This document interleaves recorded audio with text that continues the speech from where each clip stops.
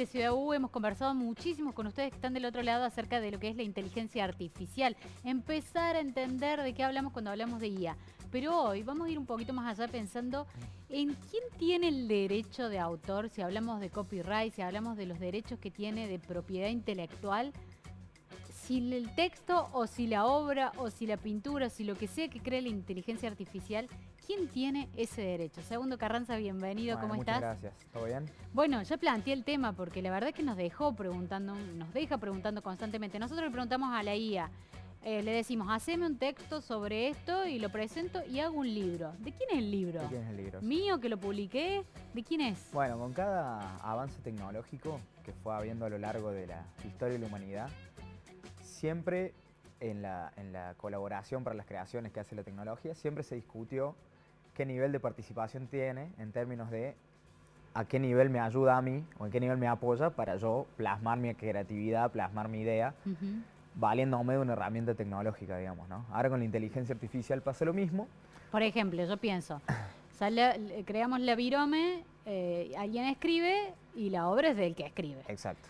Se crea Microsoft, Word, Claro. escribimos ahí, Un la profesor. obra sigue siendo mía. Exacto. No, lo mismo también, no sé, por ejemplo, Photoshop para ayudar a las fotos y que la foto sea tu creación, etcétera.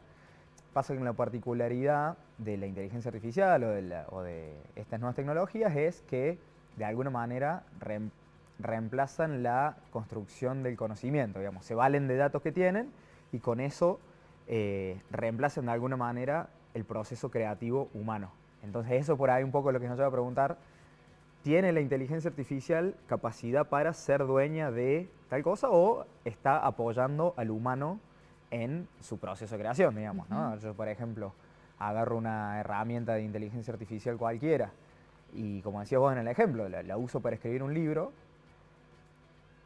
tendré que ver a qué nivel la inteligencia artificial reemplazó mi creatividad, digamos, ¿no? Porque, digamos, sí o sí, para yo poder proteger una creación, tengo que decir, fue una creación mía. Y ahí en caso, por ejemplo, ¿a quién se le pagaría? ¿Al creador a la empresa creadora de la inteligencia artificial? Bueno, no está resuelto, obviamente, es una discusión abierta académicamente y demás. En principio, digamos, en principio habría que ver cada caso, pero si yo uso la inteligencia artificial para escribir un libro y yo lo publico y sale con mi nombre, se supone que yo soy el que fui guiando el procedimiento. Yo fui el que leyó ese texto y lo consintió, yo fui el que le dio un determinado esquema, un determinado formato, o de último yo fui el que lo replicó y lo sacó bajo su firma. O, ¿sí? o también esto, ¿no? Porque muchas veces dicen a la IA o al chat GPT que está más hoy en las noticias y hablando de todo, digamos, yo le digo, escribime un libro que tenga tantas palabras que sea del modo... Bueno, yo le estoy dando todas las indicaciones para que el libro sea de esta forma, pero no me pongo a escribir. Pero bueno, la discusión es esa, la discusión es hasta qué punto reemplazo mi creatividad. Para que haya derecho de autor, para que haya copyright, depende en qué país sea y demás, pero es aceptado que tiene que haber, por empezar, algo nuevo, es decir, no tiene que ser una copia de algo ya existente, y tiene que haber un proceso creativo, digamos. Es como que está muy vinculado todo lo que es derecho de autor a la humanidad del autor y del creador, digamos. Entonces, no son susceptibles de... Yo no me puedo apropiar de creaciones que son hechas 100% sin ninguna indicación por la inteligencia artificial. Ha habido casos, obviamente todavía no llegaron a tribunales en nuestro país, pero por ejemplo en Estados Unidos hubo algunas discusiones sobre, y en la oficina de copyright puntualmente, sobre por ejemplo de quién eran quién era el titular de las imágenes que eran generadas por inteligencia artificial directamente. Hay herramientas en las cuales yo digo, no sé, quiero una mesa con una conductora y un living, y en base a los datos que tiene cargada ese sistema, me da un resultado, me da varias opciones de resultado y yo utilizo esa foto con X cosa. Yo lo uso para publicar, por ejemplo, o en un libro, o para una obra, o para una fotogalería. Exactamente, en este caso era un cómic. Entonces en ese cómic era, bueno, yo tengo esta foto que me generó la inteligencia artificial, ¿puedo ser titular de esas fotos o puedo ser titular de esas ilustraciones? Y bueno, fue una discusión porque a la larga, lo único que hizo la persona que estaba atrás era decir cómo quería la foto, qué tipo de foto quería y elegirla. No volcó un proceso creativo atrás de eso. Si bien la seleccionó, después, bueno, hubo una discusión sobre cómo las ordenó después, que bueno, no importa, pero la foto en sí, que fue creada directamente por Sí. inteligencia artificial, en Estados Unidos dijeron, no, pará, no hubo proceso creativo atrás de eso. Vos dijiste, yo necesito una foto de tal cosa y el sistema te lo volvió tal como le pediste. Ujú. ¿Sí? Pero bueno, son ejemplos, digamos, en los cuales eso es. Puedo pensar, o sea, es la pregunta y por ahí la discusión, si puedo pensar o no en derechos de autor sin una persona siendo creadora atrás o sin creatividad puesta por una persona atrás. Ahora mi pregunta es, si no se le da el derecho de autor a la persona, ¿se le da a la máquina o al creador de la máquina, al gestor Bueno, del si hubiera alguien, sería al creador de del software, Si del yo, por ejemplo, programa? desarrollo un software para crear obras, podría decir que soy titular de ese software.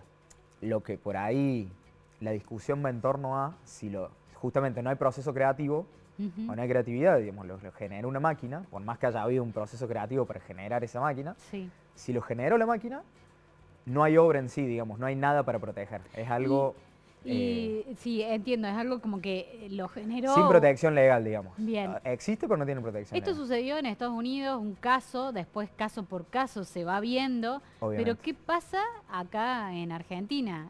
¿Hay una idea o hay un vacío legal, hay interpretaciones? ¿Cómo es? Sí, en realidad, vacío legal como tal, no necesariamente hay, digamos, porque hay una ley que regula la propiedad intelectual y básicamente es la apliquemos, Bien. ¿no? Hay tratados internacionales, por supuesto, y lineamientos. Eh, Respecto a esto, yo creo que acá podría haber una interpretación muy similar a la que estuvo en Estados Unidos en ese caso, digamos. O sea, se pasaría por un proceso de decir, vos que te considerás autor de esto, ¿realmente lo creaste o delegaste la creación en un sistema? En base a eso determinarían si hay obra o no, o si yo tendría derecho a eso o no. Ujú.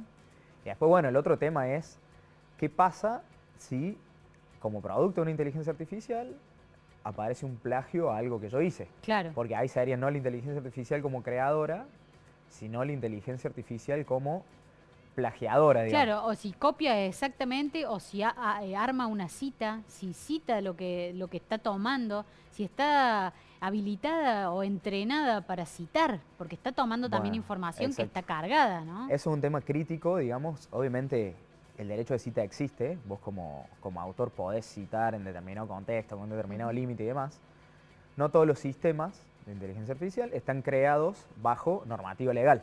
Es decir, debería tener una configuración en la cual sus resultados deberían ser todos legales. Bueno, no todos lo tienen, ¿no? Ese es un desafío y es un poco lo que se busca regular, digamos, Bueno, que respete esos lineamientos. yo creo que nos queda muchísimo para hablar, Segundo, pero ya nos Hay mucho. sacaste algunas dudas.